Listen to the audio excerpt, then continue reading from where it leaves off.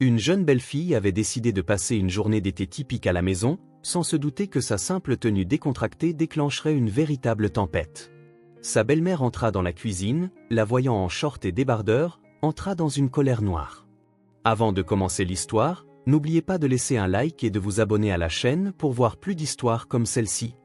Ne te promène pas à moitié nu ici, cria la femme en lui jetant de la soupe chaude dessus. Personne ne s'attendait à ce que ce drame familial se poursuive le lendemain par une demande financière inattendue. Gwen Rogers se tenait près de la fenêtre de son appartement de 2 pièces au 5e étage, observant les enfants jouer dans le bac à sable de la cour. 3 ans plus tôt, lorsqu'elle et Alex avaient acheté cet appartement, elle imaginait une vie bien différente. À l'époque, il semblait qu'ils auraient leur propre petit monde douillet où personne ne leur dirait comment disposer les meubles ou quoi cuisiner pour le dîner. L'appartement avait été acheté avec l'argent de Gwen et l'héritage de sa grand-mère. Le 45 mètres carrés dans un immeuble neuf coûtait 60 000 $, chaque centime gagné par un travail honnête ou reçu par testament. Alex travaillait alors comme cadre moyen, gagnant à peine 3 000 $ par mois. Sa contribution à l'achat s'était donc limitée au choix du quartier et aux visites des banques pour un prêt immobilier, dont il n'avait finalement pas eu besoin. Gwen se souvenait très bien du jour où ils avaient fait enregistrer les documents au registre foncier.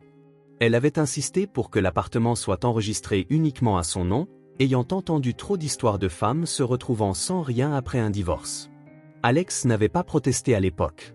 Il avait même plaisanté en disant qu'il était heureux de ne pas être responsable des factures de services publics. S'il avait su comment sa mère utiliserait ce fait dans ses manipulations. Gwen, encore à la fenêtre? Alex entra dans la pièce, une tasse de café à la main. Maman a appelé. Elle a dit qu'elle passait cet après-midi.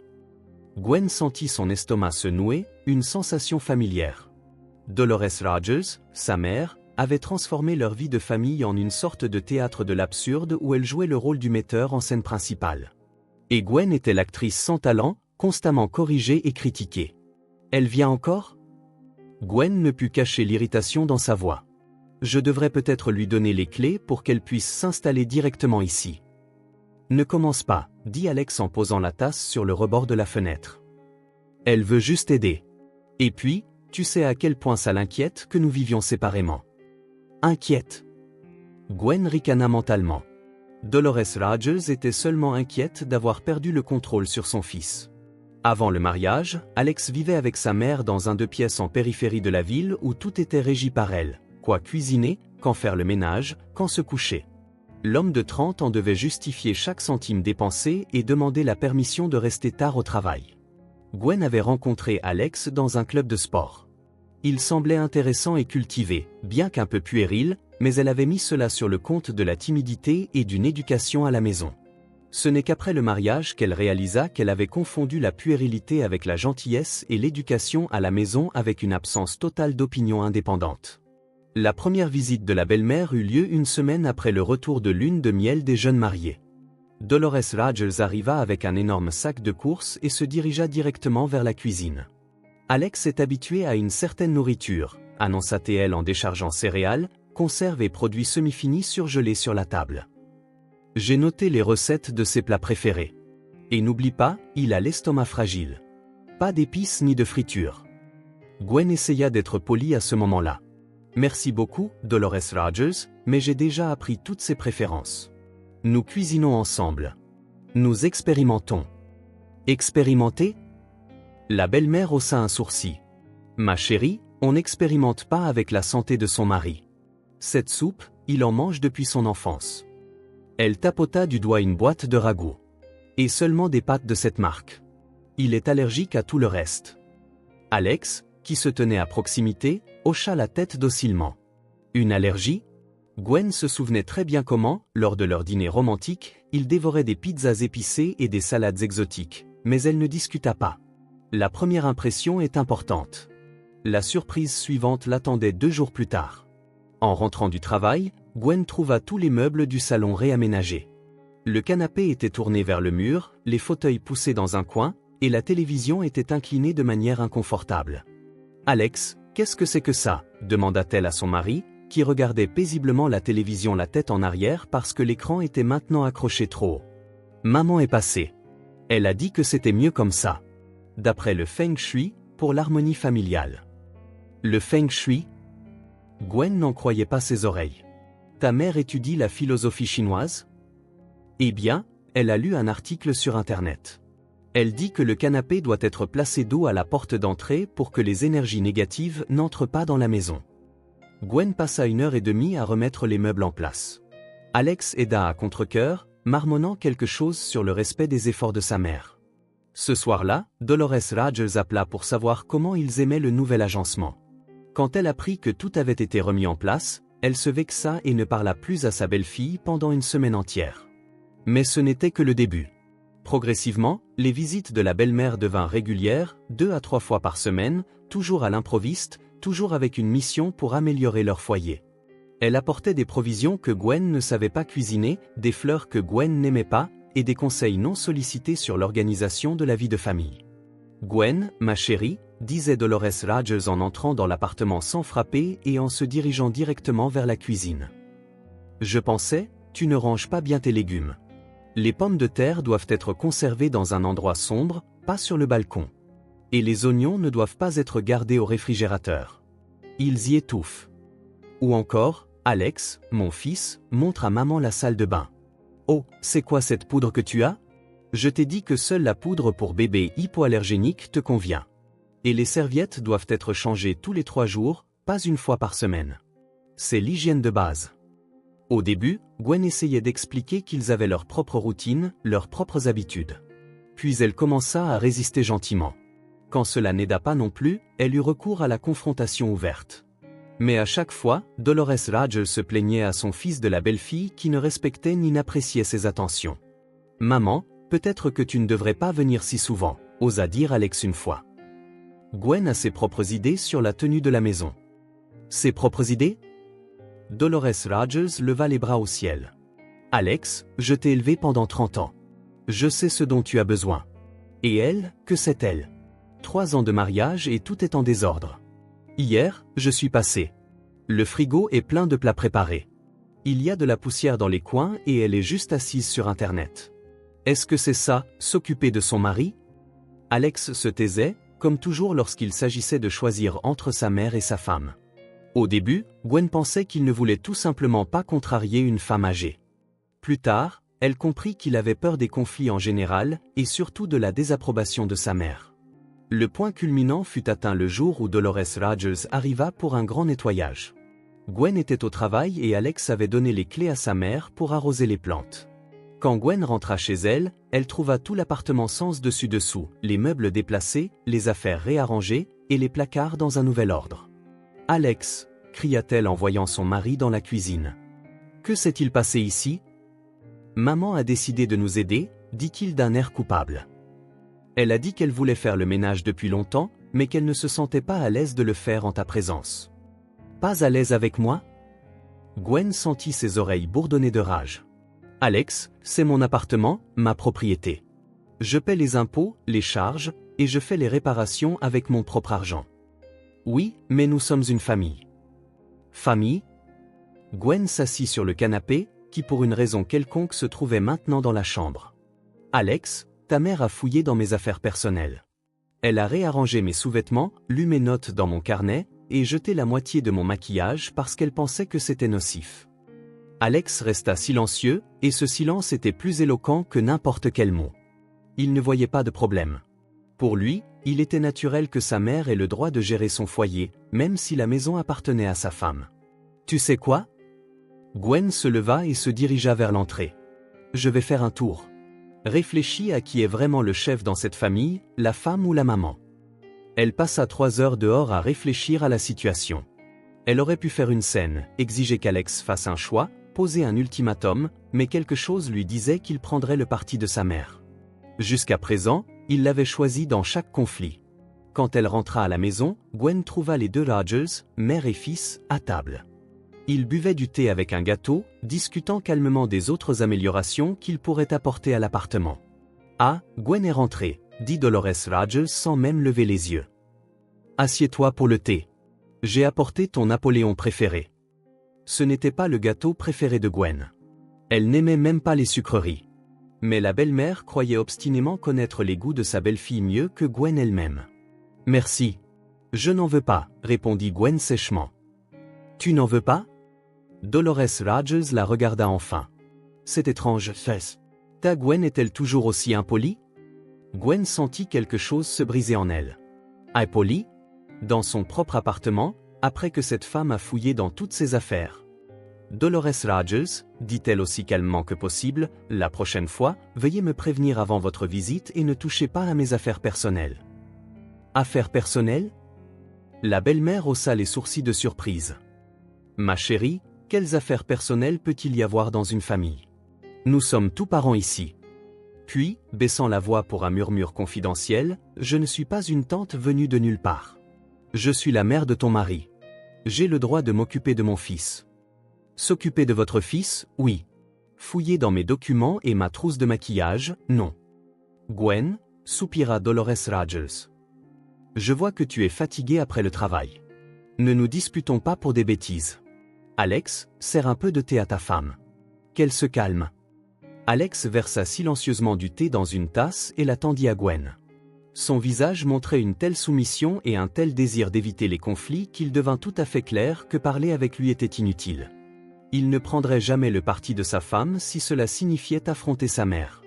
Ce soir-là, après que Dolores Rogers fut enfin partie, laissant derrière elle un appartement saccagé et une atmosphère tendue, Gwen prit une décision. Elle n'expliquerait plus, ne demanderait plus, ne supplierait plus. Elle agirait. Mais d'abord, elle devait attendre le bon moment. Ce moment arriva par une chaude journée de juillet, lorsque la température extérieure atteignit 30 degrés Celsius. Le climatiseur tomba en panne et Dolores Rogers décida de faire une autre inspection. Gwen ne se doutait pas que cette journée deviendrait un tournant dans leur relation, et qu'une marmite de soupe deviendrait l'outil de sa libération de la tyrannie de sa belle-mère. Le matin du 15 juillet commença avec le climatiseur qui émit un long sifflement et se tut pour toujours. Gwen tâtonna pour trouver la télécommande et appuya sur les boutons, en vain. Le thermomètre extérieur affichait 28 degrés Celsius à seulement 9 heures du matin. Alex, le climatiseur est mort, dit-elle à son mari qui se préparait pour le travail. Il s'approcha de la fenêtre et essaya également d'allumer l'appareil. Peut-être qu'il a juste surchauffé. Non, il se comportait bizarrement hier et aujourd'hui il ne s'allume plus du tout. Nous devons appeler un réparateur. Alex regarda l'horloge. Une demi-heure avant sa réunion et il lui faudrait au moins 40 minutes pour se rendre au bureau. On s'en occupera ce soir. Je suis en retard maintenant. Il embrassa sa femme sur la joue et se précipita vers la porte.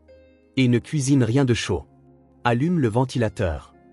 Gwen regarda son mari partir. Il n'y avait qu'un seul ventilateur, un modèle de bureau qui brassait plus d'air chaud qu'il ne refroidissait l'appartement, et elle devrait cuisiner de toute façon. Il y avait des provisions dans le réfrigérateur qui devaient être utilisées avant qu'elle ne s'abîme avec la chaleur. À midi, la température atteignit 32 degrés Celsius. Gwen se changea pour un short léger et un haut en coton, les seuls vêtements qu'elle pouvait à peu près supporter dans l'appartement caniculaire. Elle attacha ses cheveux, mais des mèches collaient toujours à son visage en sueur. La cuisine était particulièrement étouffante. La cuisinière à gaz ajoutait de la chaleur, même avec les fenêtres ouvertes, il était difficile de respirer. Gwen préparait une purée de pommes de terre avec des escalopes, un repas simple qu'Alex aimait et qui ne nécessitait pas de rester longtemps devant la cuisinière. À 13 heures, le téléphone sonna. Un numéro inconnu. Bonjour, c'est le service de réparation de climatisation. Avez-vous laissé une demande de réparation? Oui, Gwen était ravie. Quand pouvez-vous venir? Le technicien est libre. Dans 1 heure, cela vous conviendrait-il? Bien sûr. Avez-vous l'adresse? Nous l'avons. Veuillez patienter. Nous apporterons les pièces et les outils. Gwen raccrocha et se sentit soulagée. Encore un peu de temps et cette chaleur prendrait fin. Elle termina les escalopes, mit les pommes de terre à bouillir et s'assit 1 minute, s'éventant avec un magazine. La ville à l'extérieur suffoquait sous la chaleur. Les enfants dans la cour étaient assis sans énergie à l'ombre. Les chiens gisaient haletants, la langue pendante. Même les oiseaux s'étaient cachés et se taisaient. L'asphalte fondait. L'air vibrait sous l'effet de la chaleur. Une journée de juillet typique en Russie centrale où tout ce que l'on veut, c'est disparaître dans une cave fraîche et ne pas en sortir avant septembre. À 14 heures, la sonnette retentit. Gwen ne regarda même pas par le Judas. Enfin, le réparateur était arrivé. Elle ouvrit la porte en grand avec un sourire prêt et se figea. Sur le seuil se tenait Dolores Rogers en personne, vêtue d'une robe d'été et tenant une énorme marmite.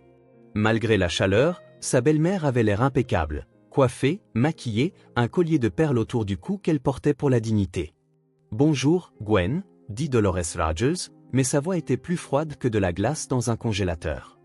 Gwen comprit instantanément que quelque chose de grave s'était produit. Sa belle-mère n'utilisait ce ton qu'avant les sermons particulièrement sérieux. « Bonjour », répondit Gwen avec prudence. « Entrez, je vous en prie. » Dolores Rogers entra dans le couloir et posa la marmite sur le sol. Son regard glissa sur la silhouette de sa belle-fille, du short au haut, des cheveux en désordre aux pieds nus. Une expression de profonde indignation apparut lentement sur le visage de sa belle-mère. « C'est tout ce que tu peux dire ?» demanda-t-elle en croisant les bras sur sa poitrine. « Bonjour, entrez. » Quoi d'autre? Gwen ne comprenait pas où la conversation menait. Peut-être des excuses pour recevoir ta belle-mère dans cet état? Gwen se regarda. Le short était propre. Le haut aussi. Pas de taches ni de trous. Oui, les vêtements étaient décontractés, légers, mais il faisait une chaleur torride dehors. Dolores Rogers. Il fait 32 degrés Celsius dehors. Le climatiseur est en panne. Je suis à la maison en train de préparer le déjeuner. Préparer le déjeuner? Interrompit sarcastiquement sa belle-mère. Dans cette tenue, à moitié nue, débraillée. Comme... Elle s'interrompit, cherchant la bonne comparaison. Le climatiseur est vraiment en panne, tenta d'expliquer Gwen. Le réparateur devrait bientôt arriver. Je l'attends. Et si ce n'était pas un réparateur qui était venu, mais disons le policier du quartier, ou des voisins, ou des collègues d'Alex? Dolores Rogers haussait la voix à chaque mot. Que penserait-il de la femme d'un homme respectable qui se promène dans la maison en sous-vêtements? Ce ne sont pas des sous-vêtements. Ce sont des vêtements d'intérieur. Vêtements d'intérieur? Sa belle-mère leva les bras au ciel. Gwen, ma chérie, je comprends que votre génération ait ses propres idées sur la décence, mais il doit y avoir des limites. Une femme doit toujours avoir l'air respectable, pas seulement quand cela l'arrange. Gwen sentit l'irritation monter en elle. Pourquoi chaque visite de cette femme se transformait-elle en interrogatoire? Dolores Rogers, dit-elle en essayant de rester calme. Je comprends votre inquiétude, mais... Pas de mais, sa belle-mère leva un doigt. J'ai élevé mon fils pendant 30 ans. Je lui ai appris à respecter les femmes, à valoriser la famille. Et toi, que fais-tu? Tu transformes notre maison en une sorte de repère. Un repère? Gwen n'en croyait pas ses oreilles. À cause d'un short et d'un haut? À cause de mon apparence? Dolores Rogers s'emballa. Je t'ai apporté de la soupe. Je l'ai cuisinée tôt ce matin, quand il faisait encore frais. Je pensais te faire plaisir, t'aider avec la chaleur. Et tu m'accueilles comme ça, sans même avoir honte. Elle se pencha et souleva la marmite. Le récipient était de taille respectable, environ 4 litres, et il sentait vraiment bon. Betterave, choux, viande. Merci, dit automatiquement Gwen. Très opportun par une telle chaleur. Opportun? Dolores Rogers plissa les yeux. Donc, tu ne comptes même pas t'excuser? Tu ne penses pas qu'il est nécessaire de montrer un respect élémentaire envers tes aînés? Gwen était désemparée. S'excuser de quoi? D'avoir porté des vêtements légers dans son propre appartement par 30 degrés Celsius? De ne pas s'attendre à une visite imprévue de sa belle-mère? Je ne comprends pas de quoi je devrais m'excuser, dit-elle honnêtement. Tu ne comprends pas? La voix de Dolores devint dangereusement calme. Alors je vais t'expliquer. Et puis quelque chose se produisit que Gwen n'aurait jamais attendu, même dans son pire cauchemar. Dolores Rogers souleva la marmite, d'un mouvement brusque, versa son contenu directement sur sa belle-fille. 4 litres de soupe chaude se déversèrent sur Gwen comme une cascade. Le liquide rouge trempa ses cheveux, coula sur son visage, imbiba son eau. Des morceaux de betterave et de choux se collèrent à sa peau. Le bouillon chaud lui brûla les épaules. Gwen hurla de surprise et de douleur. La soupe n'était pas brûlante, mais assez chaude pour que, combinée à la sensation collante, elle crée une impression dégoûtante. Voilà, dit triomphalement Dolores Rogers en posant la marmite vide sur le sol. Peut-être que maintenant tu comprendras ce que signifie le respect des aînés. Gwen se tenait dans une flaque de soupe rouge, dégoulinante de partout. Des taches bordeaux se répandaient sur son haut blanc. Ses cheveux étaient collés par le jus de betterave et un morceau de chou glissa de son épaule sur le sol. Elle était si sidérée qu'elle ne trouva pas immédiatement les mots. Qu'avez-vous fait » murmura-t-elle en regardant la flaque à ses pieds. « Je t'ai donné une leçon » répondit froidement sa belle-mère. « Une leçon sur la façon d'accueillir les invités et de se comporter avec des gens respectables. Peut-être que la prochaine fois, tu t'habilleras correctement avant d'ouvrir la porte. » Gwen regardait silencieusement la femme qui venait de lui renverser une marmite de soupe dessus, là, dans le couloir. Dolores Rogers se tenait là avec l'air de quelqu'un qui avait accompli un acte important et juste. La satisfaction et même une certaine fierté se lisaient sur son visage. « Eh bien, pourquoi restes-tu silencieuse » demanda sa belle-mère. « Tu ne sais pas quoi dire ? Alors va te laver et te nettoyer. Et nettoie l'appartement avant que cette soupe n'imprègne le sol. » « Nettoyer » répéta Gwen comme un écho.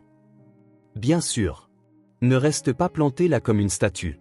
Il y en a partout.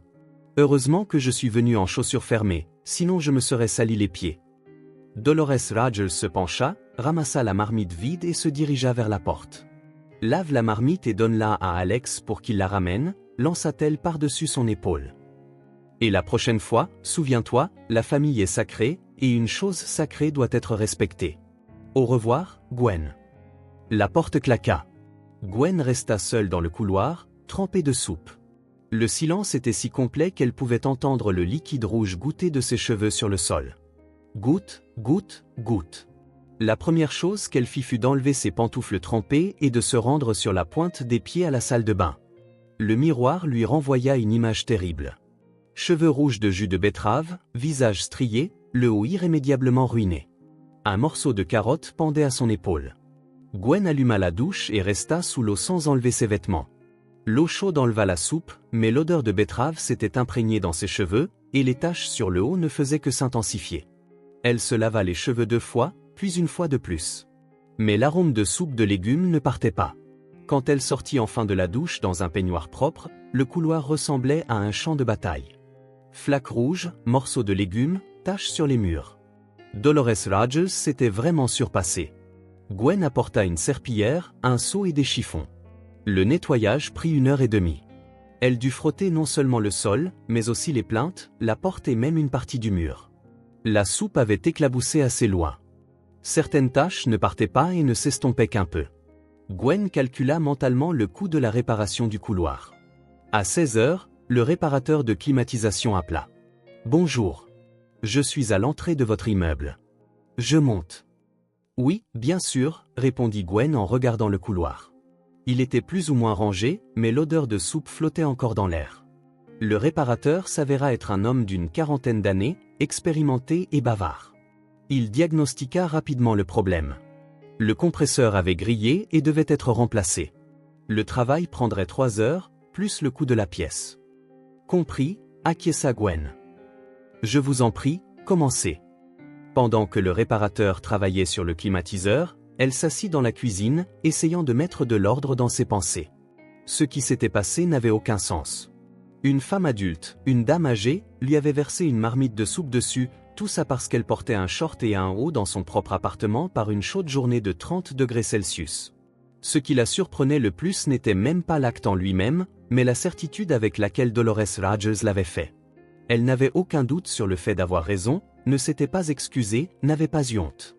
Au contraire, elle croyait avoir donné la bonne leçon à une belle fille ingrate. À 19h, Alex rentra. Le climatiseur fonctionnait déjà. L'appartement s'était rafraîchi, mais l'odeur de soupe était encore perceptible. « Salut, ma chérie », il embrassa sa femme. « Comment vas-tu ? Le réparateur est venu ? » « Il est venu. Alex, nous devons parler. » « De quoi ? » Il entra dans la cuisine et ouvrit le réfrigérateur. « C'est quoi cette odeur ? Ça sent la soupe. Ta mère est venue aujourd'hui. »« Maman ?» Alex se retourna. Et elle a apporté de la soupe. « C'est gentil. Où est-elle ? » « Sur le sol du couloir. »« Toute la soupe. »« Comment ça, sur le sol ?» Gwen lui raconta la visite de sa belle-mère, sans omettre un seul détail. Alex écoutait avec une expression d'incrédulité croissante sur son visage. « Attends, » interrompit-il. « Tu es en train de me dire que maman t'a versé une marmite entière de soupe dessus ? C'est exactement ce que je dis. »« Mais pourquoi ?» Alex s'assit sur une chaise, toujours incrédule. À cause du short? Parce qu'à son avis, je lui manque de respect et j'ai l'air inapproprié. Ce doit être une sorte de malentendu, secoua la tête Alex. Maman n'aurait pas pu faire une chose pareille. Peut-être qu'elle a trébuché accidentellement. Accidentellement? Gwen n'en croyait pas ses oreilles. Alex, elle a délibérément pris la marmite et a versé son contenu sur ma tête, puis a dit que c'était une leçon de respect envers les aînés. Mais c'est absurde, marmonna son mari. Gwen, peut-être que vous vous êtes disputés et que tu as mal compris quelque chose. Mal compris? Gwen sentit l'irritation bouillonner à nouveau en elle. Alex, j'ai passé 1h30 à frotter la soupe sur le sol et les murs. J'ai dû jeter mon eau parce que les taches de betterave ne partaient pas. Alex se tut, traitant l'information. Gwen voyait une bataille se dérouler dans son esprit entre les faits et l'image habituelle de sa mère. D'accord, dit-il finalement. Disons que c'est vrai. Mais maman ne le pensait pas à mal. Elle l'éduque juste à sa manière. M'éduque? Gwen fixa son mari. Alex, elle a 58 ans. J'en ai 28. De quel droit m'éduque-t-elle? Mais elle est plus âgée, plus expérimentée. Elle n'est pas ma mère, explosa Gwen. Pas mon patron, et surtout pas la propriétaire de cet appartement. Gwen, ne crie pas, plaida Alex. Essayons de régler ça calmement. Je vais parler à maman. Mettre les choses au clair. Mettre les choses au clair? Gwen se leva de table. Alex, parler à ta mère est inutile. Elle pense que je suis une idiote ingrate qui ne sait pas comment être une épouse. Et apparemment, tu es d'accord avec elle. Je ne suis pas d'accord, protesta-t-il. C'est juste, c'est très étrange. Maman n'a jamais rien fait de tel auparavant. Gwen lança un long regard à son mari. Dans ses yeux, elle vit ce qu'elle craignait le plus, le doute. Il ne la croyait pas entièrement. Quelque part au fond de lui, il soupçonnait qu'elle exagérait ou cachait quelque chose. Ce soir-là, ils se couchèrent en silence. Alex essaya plusieurs fois de parler de ce qui s'était passé, mais Gwen répondit sèchement. Elle avait besoin de temps pour digérer ce qui s'était passé et prendre une décision. À 22h, le téléphone sonna. Alex décrocha. Allô, maman. Salut. Quoi? Manque de respect? Oui, Gwen me l'a dit. Non, maman. Je ne pense pas qu'elle? D'accord. D'accord, on en parlera demain. Il raccrocha et regarda sa femme d'un air coupable. Maman est contrariée. Elle dit que tu l'as mal comprise et que tu me montes contre elle. Gwen ne dit rien. Elle était allongée dans le noir, pensant que quelque chose devait changer dans leur relation dès demain, car elle n'avait plus la force de supporter ça. Les 2 jours qui suivirent l'incident de la soupe se passèrent dans un silence tendu. Alex se promenait avec un air coupable, mais évitait obstinément les discussions sérieuses sur le comportement de sa mère. Gwen s'occupait de ses tâches habituelles, mais en elle grandissait un sentiment nouveau, inconnu. Ce n'était pas seulement de la peine ou de la colère. C'était une froide détermination. Le matin du 17 juillet, elle frotta enfin les dernières traces de soupe sur les plaintes du couloir. La tache restait, pâle mais visible. Chaque fois qu'elle passait devant, Gwen se souvenait du visage triomphant de sa belle-mère et de ses paroles sur la leçon de respect. Alex partit au travail, marmonnant quelque chose sur des négociations importantes et un retour tardif. Gwen savait qu'il avait simplement peur d'être à la maison, où la tension flottait dans l'air et où on attendait de lui qu'il prenne des décisions. La lâcheté de son mari ne la surprenait plus. Elle ne faisait que renforcer sa résolution. À 11h30, le téléphone fixe sonna. Gwen était sur le balcon en train d'arroser les fleurs et ne se pressa pas de répondre. Le téléphone sonna à nouveau. Puis encore. À la 4e sonnerie, elle décrocha enfin. « Allô » marmonna-t-elle sans regarder l'identifiant de l'appelant. « Gwen, ma chérie, c'est moi » vint la voix douloureusement familière. Gwen faillit raccrocher. Dolores Rogers. Comme si rien ne s'était passé il y a 2 jours. Comme si elle n'avait pas transformé le couloir en champ de bataille. « Je vous écoute » répondit froidement Gwen. Gwen. La voix de sa belle-mère semblait étrange. Il y avait des notes qu'elle n'avait jamais entendues auparavant. Quelque chose comme une supplication. « J'ai besoin de parler. C'est très important. » À propos de quoi? Eh bien, pas au téléphone. C'est une affaire délicate. Peut-être que je pourrais passer? Non, le coupa Gwen. Si vous avez quelque chose à dire, dites-le maintenant. Il y eut une pause. Gwen entendit Dolores Rogers respirer lourdement au téléphone, choisissant clairement ses mots. D'accord, dit enfin la belle-mère. J'ai un problème. J'en suis désolé. Le réfrigérateur est tombé en panne. J'en suis désolé, Gwen. Tu ne comprends pas. Il est complètement mort. Le compresseur a grillé. Le réparateur a dit qu'il valait mieux en acheter un neuf que de le réparer. Et il a déjà 15 ans. On ne répare plus de tels dinosaures. Gwen garda le silence, attendant la suite. Elle comprenait parfaitement où cette conversation menait. Toute la nourriture a tourné, continua Dolores Rogers. Il y avait des notes de souffrance dans sa voix. J'ai dû tout jeter. Viande, poisson, conserves d'hiver. Quelle perte d'argent. C'est malheureux, répondit Gwen indifféremment. Et un nouveau réfrigérateur coûte ? Dolores Rogers laissa échapper un soupir théâtral. J'ai regardé dans les magasins. Un modèle décent coûte au moins 50 000 et un bon grand qui durera des années, ils en demandent 70 000. Gwen sourit pour elle-même. Voilà. D'abord une description du problème, puis une liste de dépenses, et ensuite... Gwen, la voix de sa belle-mère devint suppliante, presque implorante. Tu comprends ? On ne peut pas économiser ce genre d'argent avec une pension. Je touche 14 000, dont la moitié part en médicaments. J'ai déjà emprunté 5 000 à la voisine, mais c'est à peine suffisant. Et que voulez-vous de moi ? Demanda directement Gwen, bien que la réponse fût évidente. Eh bien, hésita Dolores Rogers, ne s'attendant apparemment pas à une telle franchise. Je pensais que nous étions une famille, et la famille devrait s'entraider dans les moments difficiles. Famille, répéta ironiquement Gwen.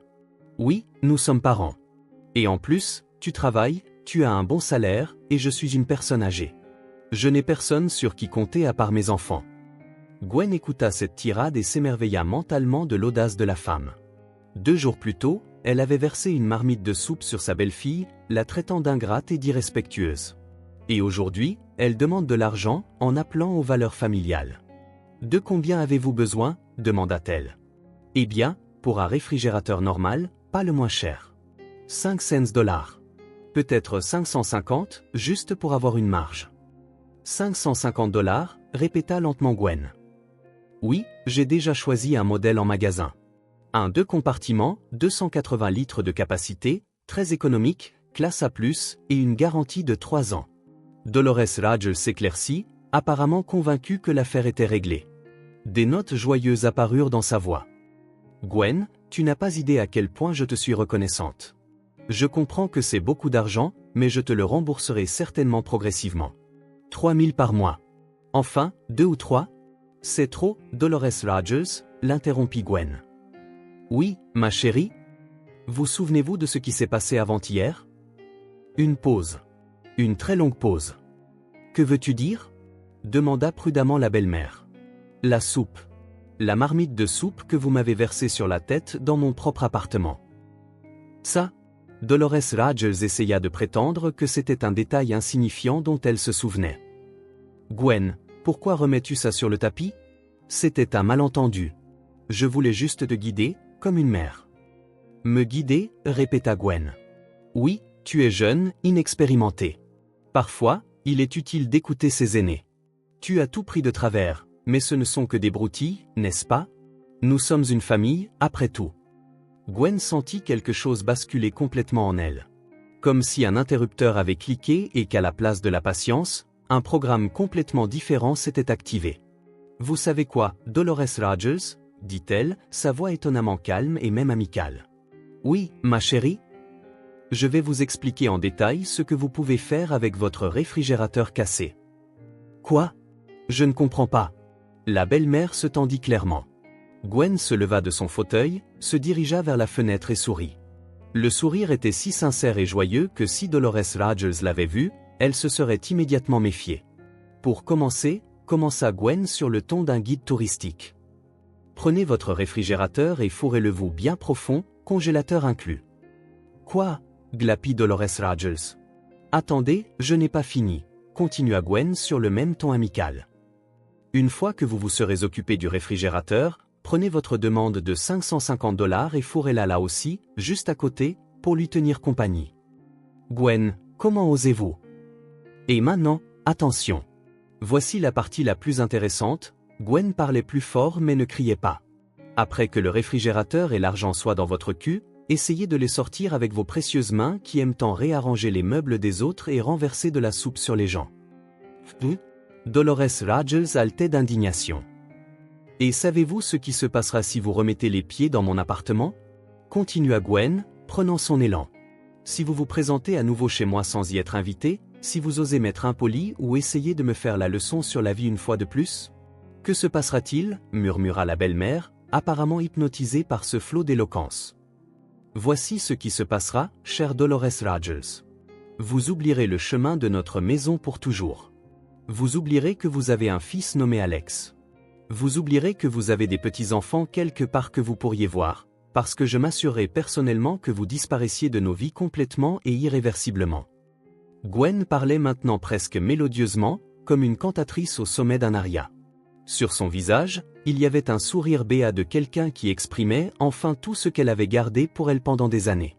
Et enfin, ajouta-t-elle presque gentiment, si vous pensez que je plaisante, si vous décidez de tester mes paroles en pratique, allez-y.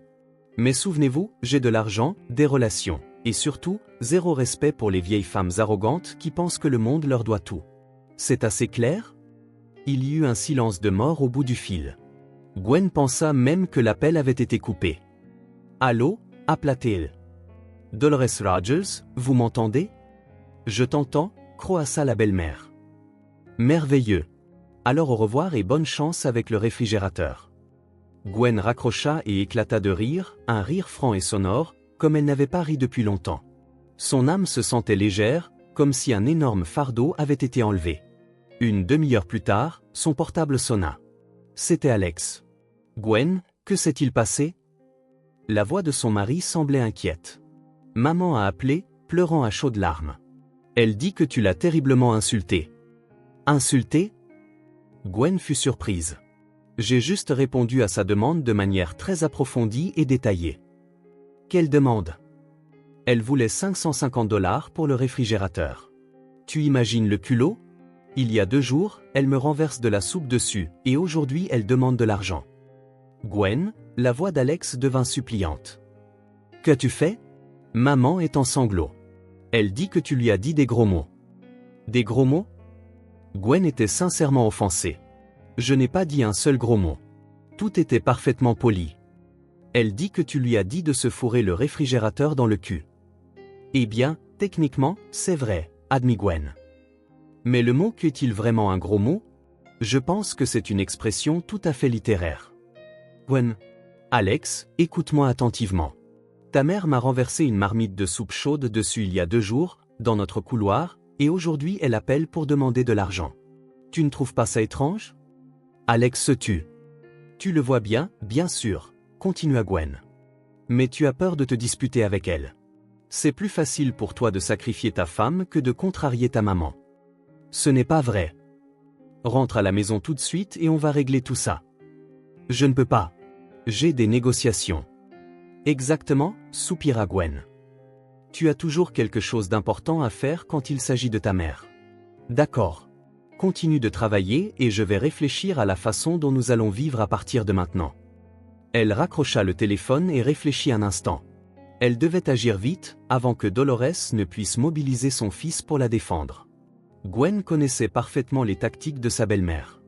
D'abord viennent les larmes et les plaintes d'injustice, puis les histoires sur la façon dont elle a consacré toute sa vie à son fils, et enfin l'ultimatum, c'est soit moi, soit elle. Gwen attrapa son téléphone et ouvrit l'application de la caméra de sécurité. Oui, la caméra dans le couloir fonctionnait correctement et enregistrait tout ce qui se passait. Elle avança rapidement la séquence jusqu'à la veille et trouva le bon moment. À l'écran, on voyait clairement comment Dolores entrait dans l'appartement en portant une marmite, comment elle commençait à gronder Gwen, puis soulevait le récipient et versait son contenu sur sa belle-fille. Le son n'était pas très clair, mais les phrases principales pouvaient être distinguées, en particulier les mots sur le fait de donner une leçon de respect aux aînés. Bien, marmonna Gwen en sauvegardant la vidéo. Et j'avais complètement oublié la caméra. Il ne restait plus qu'à attendre. Elle savait que Dolores Rogers ne se calmerait pas et prendrait certainement des mesures, essayant très probablement de monter son fils contre sa femme ou même de venir elle-même pour régler l'affaire. À 18h, Alex rentra. Il avait l'air contrarié, les yeux coupables. Il alla à la cuisine, s'assit à table et soupira lourdement. « Maman a appelé 3 autres fois, dit-il. Elle m'a demandé de te dire qu'elle ne te pardonnera jamais. » Oh, quelle peur! Gwen haussa les épaules. Qu'a-t-elle dit d'autre? Que quelque chose lui faisait mal et l'avait offensé. Que l'on ne traite pas les personnes âgées comme ça. Et que si je ne te remets pas à ta place, elle ne me considérera plus comme son fils. Je vois. L'ultimatum classique. Gwen, Alex regarda sa femme avec des yeux fatigués. Peut-être que ça valait vraiment la peine d'aider avec le réfrigérateur. 50 000, ce n'est pas tant que ça pour nous. Alex, dit calmement Gwen, va dans le couloir et regarde la tache près de la porte. Quelle tache? Celle laissée par la soupe que ta mère m'a versée sur la tête. Alex se leva et alla dans le couloir. Gwen l'entendit fouiller, examinant apparemment les traces de la récente catastrophe. C'est vraiment une tache de soupe? Demanda-t-il en revenant. Oui, et ce n'est pas tout. Gwen alluma la tablette et lança la vidéo de la caméra. Alex regarda en silence, son visage s'assombrissant à chaque seconde. Oh mon Dieu, murmura-t-il lorsque la séquence se termina. Maman, vraiment? Est-elle devenue folle? Non, elle ne l'est pas.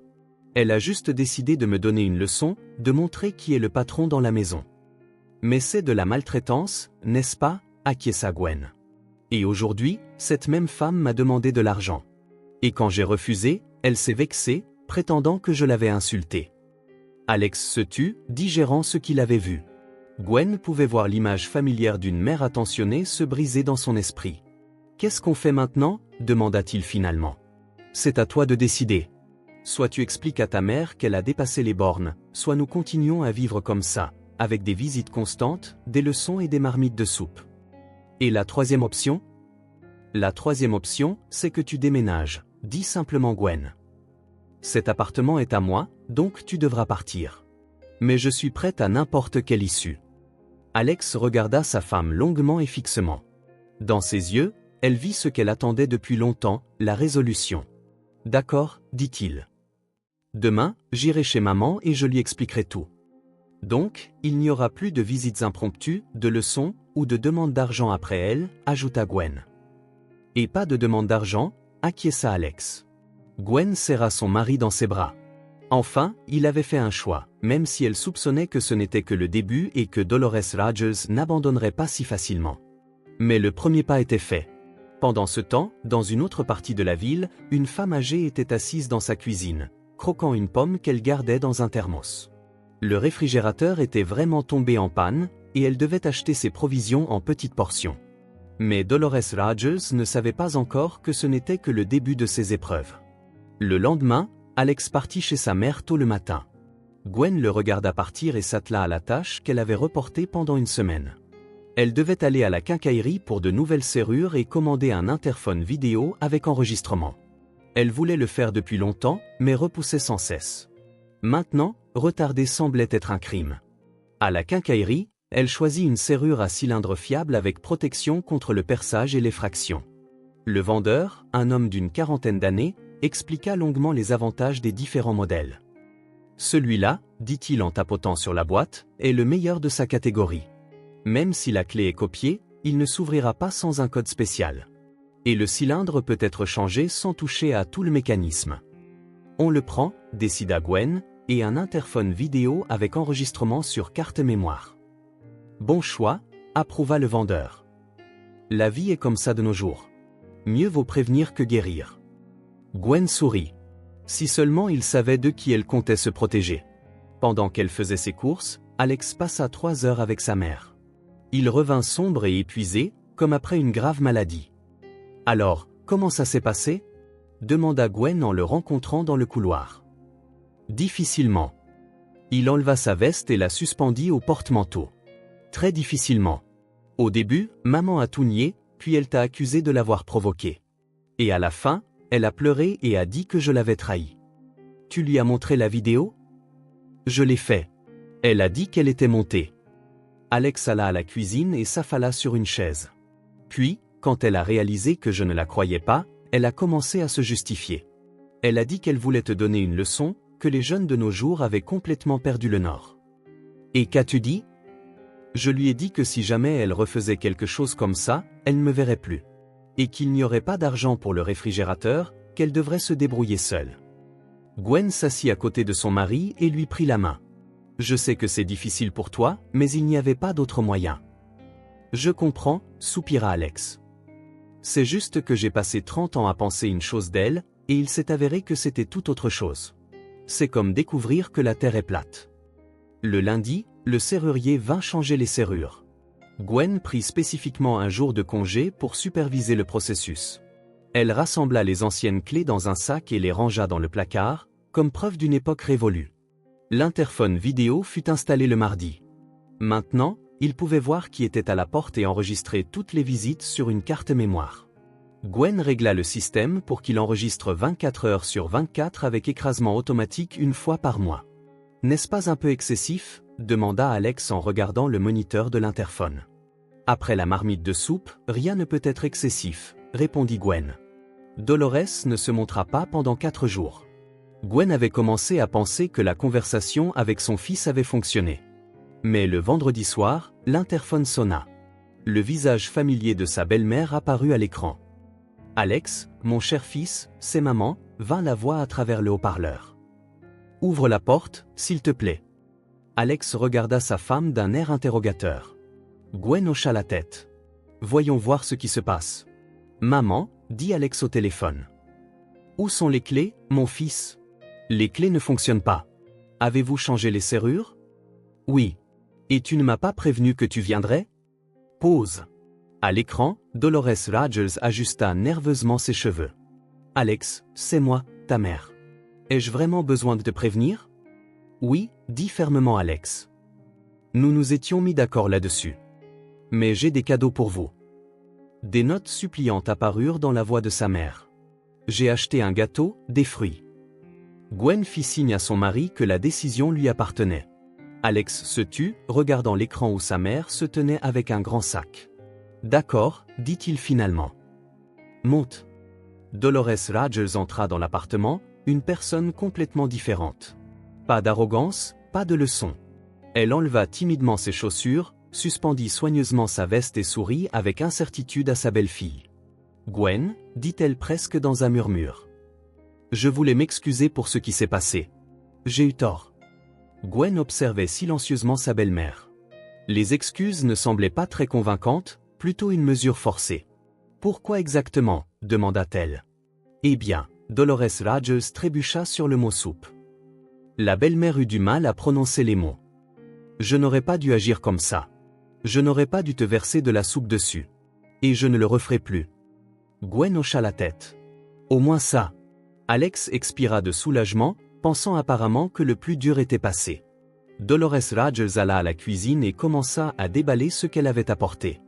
Un gâteau, des bonbons, du lait d'oiseau, des bananes, des oranges, une boîte de chocolat, tout était cher et de haute qualité.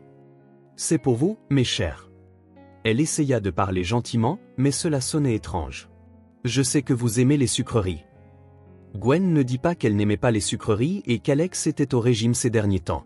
Laissons sa belle-mère penser que les cadeaux étaient appréciés. L'heure suivante se passa dans une conversation tendue sur le temps, le travail et les prix en magasin. Dolores Rogers se retenait clairement. Plusieurs fois, elle commença ses conseils habituels sur la façon de mieux conserver les aliments ou d'arranger les meubles, mais s'arrêta juste à temps. Gwen observait cette lutte interne avec intérêt. « Mais je dois y aller maintenant » dit la belle-mère à 20h. « Merci de m'avoir invité. »« Maman » l'arrêta Alex. « La prochaine fois, s'il te plaît, appelle à l'avance. Nous pourrions être occupés ou ne pas être à la maison. »« Bien sûr, mon fils. » Dolores Rogers hocha la tête docilement. « J'appellerai sans faute. » Après son départ, Gwen resta silencieuse pendant un long moment, réfléchissant. Sa belle-mère se contenait, mais il était évident que c'était un effort énorme pour elle. Combien de temps ce comportement durerait-il ? Elle obtint la réponse un mois plus tard. Dolores Rogers commença à appeler régulièrement, à venir avec des cadeaux, à ne pas critiquer et à ne pas donner de conseils. Gwen crut presque qu'un miracle s'était produit. Et puis novembre arriva et elle découvrit qu'elle était enceinte. « Alex !» cria-t-elle en sortant de la salle de bain avec le test à la main. « Alex, regarde. Son mari se précipita, inquiet, pensant que quelque chose de grave s'était produit. En voyant les 2 lignes sur le test, il serra sa femme dans ses bras et la fit tourner dans la pièce. « Je n'arrive pas à y croire, rit-il. Allons-nous vraiment être parents ? Vraiment, répondit joyeusement Gwen. Le bébé sera là en juillet. Ils décidèrent de ne le dire à personne avant le 2e trimestre, mais Alex ne put se retenir et le dit à sa mère. Dolores Rogers réagit avec une joie débordante, pleurant de bonheur, promettant d'aider, parlant de la merveilleuse grand-mère qu'elle serait. Et c'est là que les vraies réjouissances commencèrent. « Gwen, ma chérie, dit-elle lors de sa première visite après la nouvelle. Je pensais à la chambre du bébé. Vous avez un 2 pièces. Où le bébé dormira-t-il ? Pour l'instant, nous avons décidé, répondit Gwen. Les premiers mois dans notre chambre, et puis on verra. Mais ce n'est pas bien, s'inquiéta Dolores Rogers. Le bébé a besoin d'une chambre séparée, de son propre coin. Peut-être transformer le salon en une chambre. Nous y réfléchirons, dit Gwen évasivement. Mais sa belle-mère s'emballait déjà. Avez-vous déjà choisi une poussette et un berceau ? J'ai regardé dans les magasins. Il y a de si beaux ensembles. Ils sont chers, mais rien n'est trop beau pour un petit enfant. Gwen se méfia. Voilà que ça recommençait. Lors de la visite suivante, Dolores Rogers apporta une pile de magazines sur la maternité et la santé de l'enfant. Gwen, j'ai lu ici qu'il faut absolument prendre des vitamines. Celle-ci, dit-elle en montrant une publicité dans le magazine, et du calcium et de l'acide folique aussi. Absolument. Merci. Mais j'ai déjà des vitamines. Le médecin me les a prescrites. Le médecin ? Dolores Rogers haussa un sourcil. Quel médecin ? Où exerce-t-il ? J'ai une sage-femme que je connais.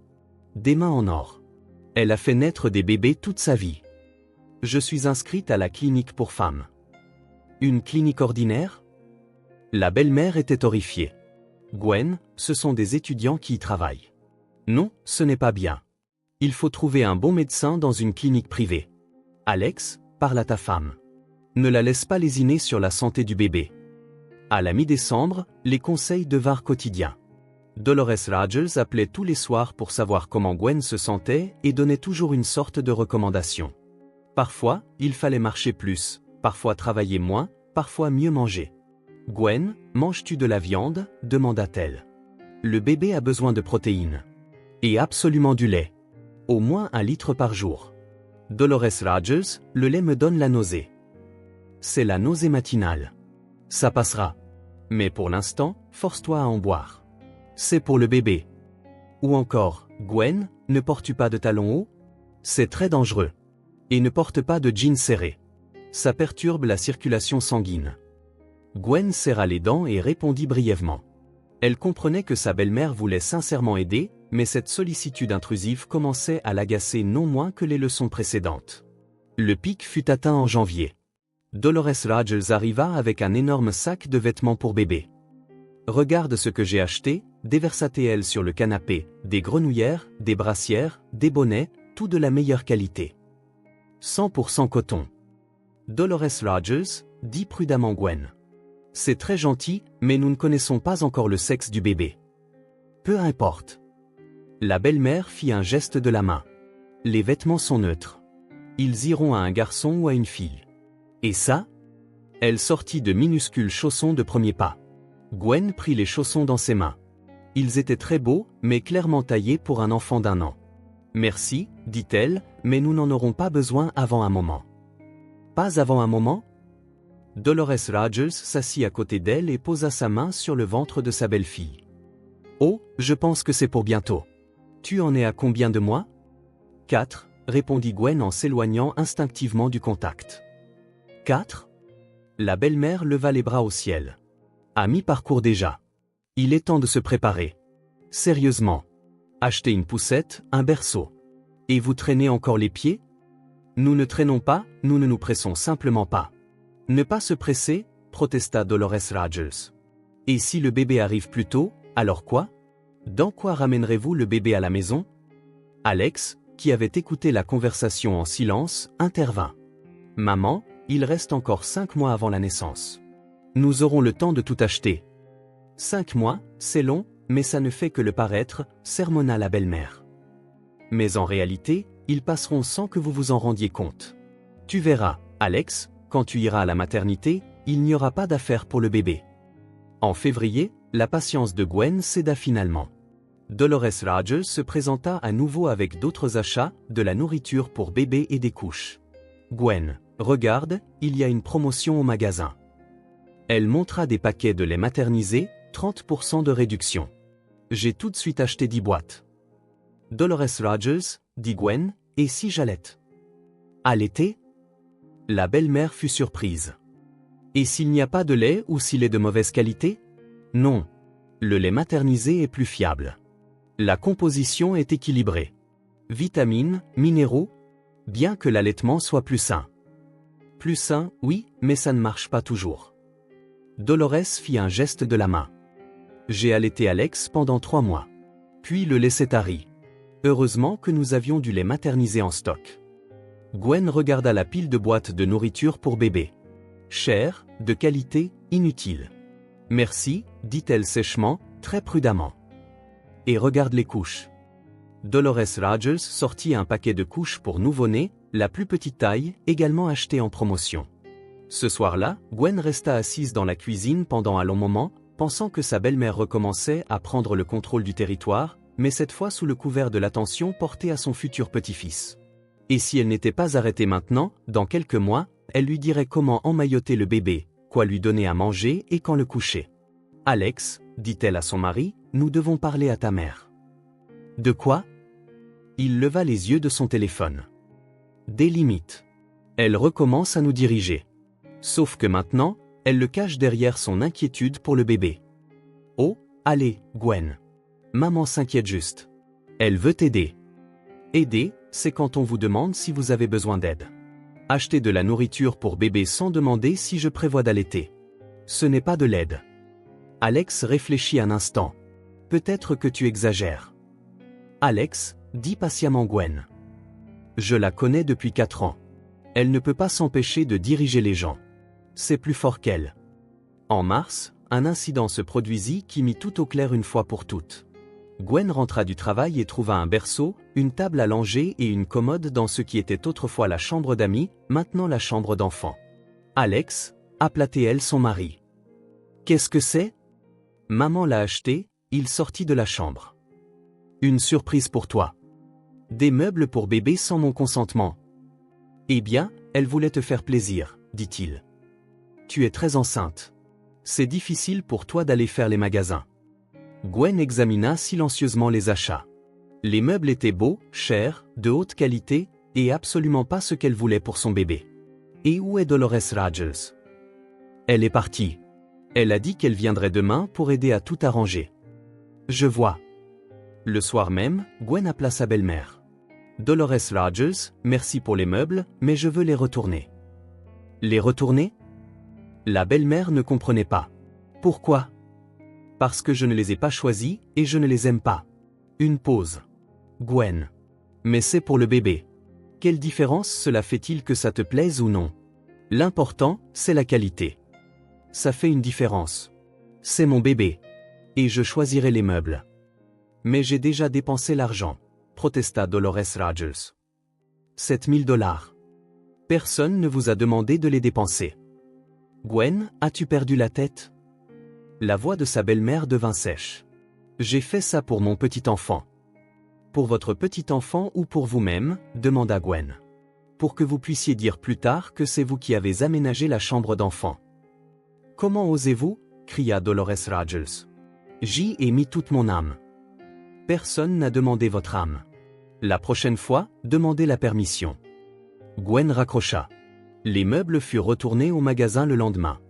Dolores Rogers ne parla pas à son fils pendant 2 jours, puis appela et fit une crise sur l'ingratitude et le manque de respect envers les aînés. Cette fois, Alex prit le parti de sa femme. Maman, Gwen a raison. Tu ne peux pas acheter des choses sans consulter les parents. Les parents? Dolores Rogers faillit s'étouffer d'indignation. Et moi, qui suis-je? Ne suis-je pas de la famille pour le bébé? De la famille, oui, mais pas le parent.